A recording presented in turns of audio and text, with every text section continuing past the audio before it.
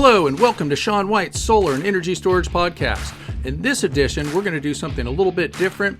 We're going to do We're going to do Q&A, questions and answers. So this is pretty straightforward. We're just going to take some different questions and then I'm going to answer the questions. So to find out more about solar and energy storage, go to solarsean.com, and there you can find out also about my online, on-demand heat spring classes, where I pretty much average over 9 out of 10 as far as good marks go. I put a lot of time into those classes. For every 15 minutes of material, I put 8 hours into it. Plus, it's on demand. So that means you can complete the classes in a week, in a year, or anything in between. In fact, if you go over a year, there's even ways to extend it. And the best part is, you learn a lot while you're having fun. My NABCEP PV Associate exam pass rate for my PV bootcamp on heat spring is 98%. So if you don't have that NABCEP Associate yet, might as well get it. Let's go. Okay, and the first question is from a solar installer named Dave. And his question is, I have a question concerning the NABCEP PV Installation Professional Test. We call that the PVIP. It looks like the test uses the 2017 National Electrical Code book. Can I take the 2020 NEC with me to the test instead? The reason that I want to do this is because it's easier to use the 2020 NEC because I am more familiar with this. And the answer to your question is correct. NABCEP right now is using the 2017 National Electrical Code until sometime in 2022. At least that's what they say. Last year, they said they were going to make the switch in 2021. Traditionally, they made the switch exactly 1 year after the NEC came out. So that means that they're changing things. They're switching things around as far as which version of the code that they're going to be on. In fact, they have pushed back the adoption of the 2020 NEC so far that it's possible that maybe the 2023 NEC will be out because it comes out at the end of 2022. So it's possible that the 2023 NEC will be out before NABCEP even adopts the 2020 NEC, which is sort of like what a lot of places do, like California. They adopt the NEC 3 years after it comes out. That gives people time to study and understand the National Electrical Code. In fact, there are some states that will even skip a version of the NEC for their electrician exams just because it costs a lot of money and takes a lot of time to come up with exam questions.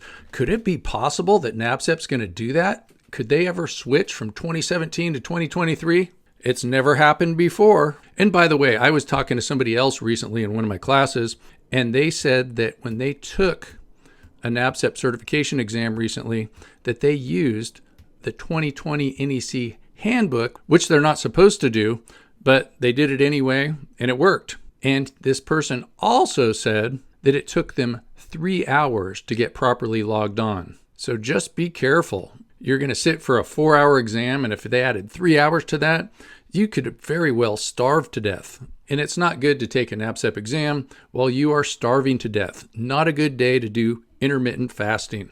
That's because we want all of that sugar in our brain. And when I say sugar, that could be other things that get converted to sugars like proteins and fats. Anyway, enough biochemistry for now. Let's get back to the National Electrical Code. One more thing about the NEC and NABCEP exams is, you know what? It really doesn't matter that much. NABCEP says you can use any version of the NEC codebook.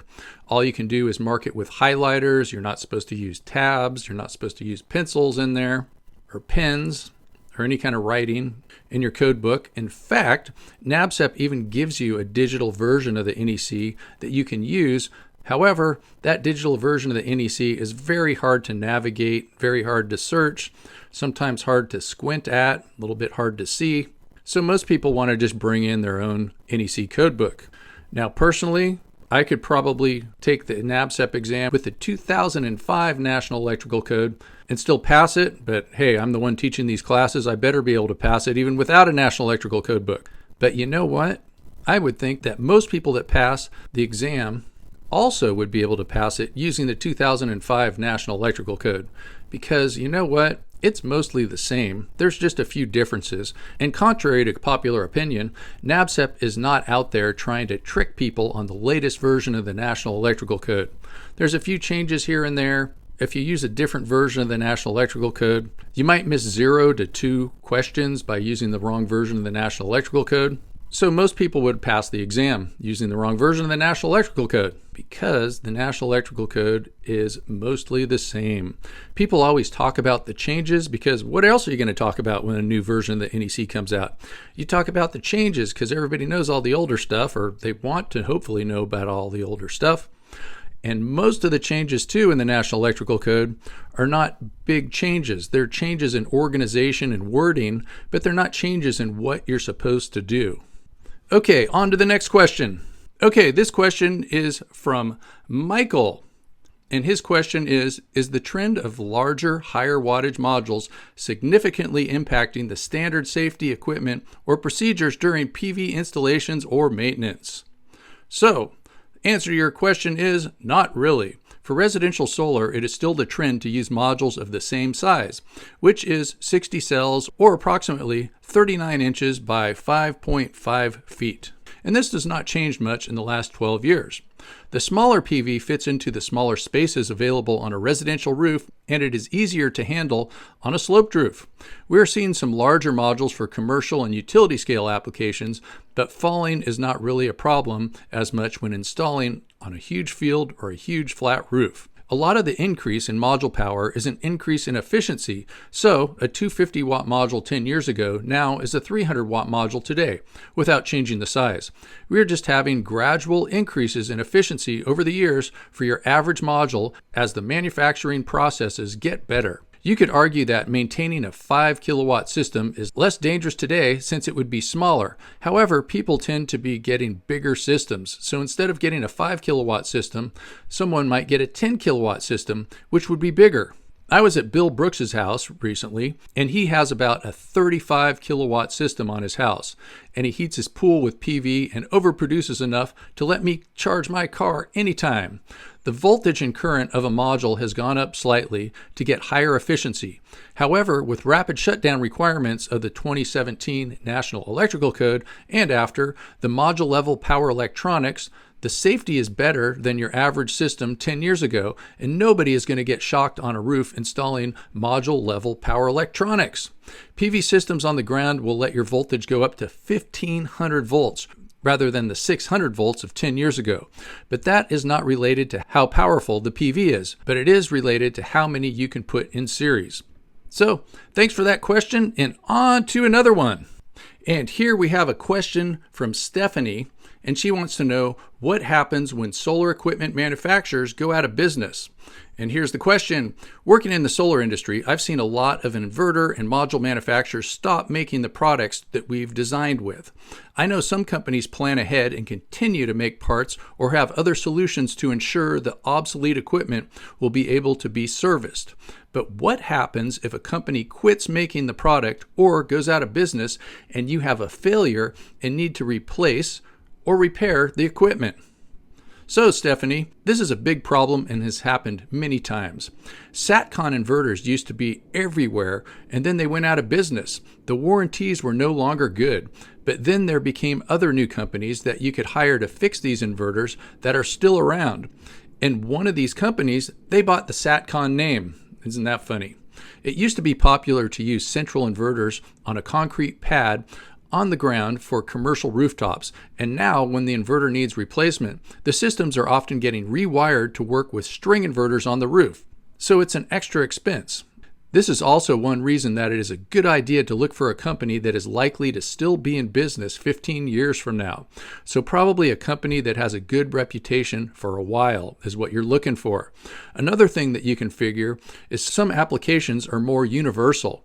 You can replace many string inverters with another brand of a string inverter. An AC coupled system is probably going to be easier to replace with different brands of equipment than a DC coupled system.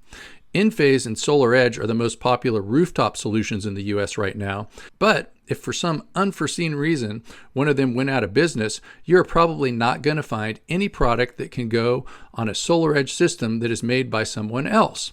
It may be easier to swap one brand of microinverter with another, however, the monitoring and interaction with the energy storage is probably not going to work. You just never know who's going to go bankrupt. Hopefully it's not me. But for buying PV modules, you can replace one brand with another more easily unless you are using an unusual PV module. Some PV module warranties are insured, so if the manufacturer does go out of business, you are still covered. However, it still would be a hassle, probably not worth going through the warranty process paperwork to replace just one module. You might be up against a module manufacturer's legal team. Wouldn't that be fun? Go to court just for one module?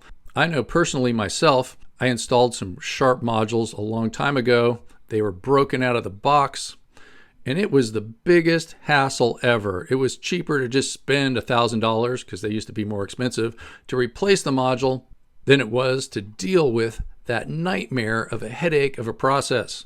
And I'm also saying that too because Sharp, they're no longer manufacturing PV, so we can talk that way about them without worrying about having somebody come after me. Uh-oh, I'm looking. Okay, I don't see anybody.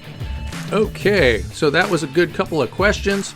Let's do that again. I like that. That was kind of fun. So thanks for listening to Sean White's Solar and Energy Storage Podcast. To find out more about solar energy, classes, flashcards, expanding your brain in the renewable energy business, go to solarsean.com.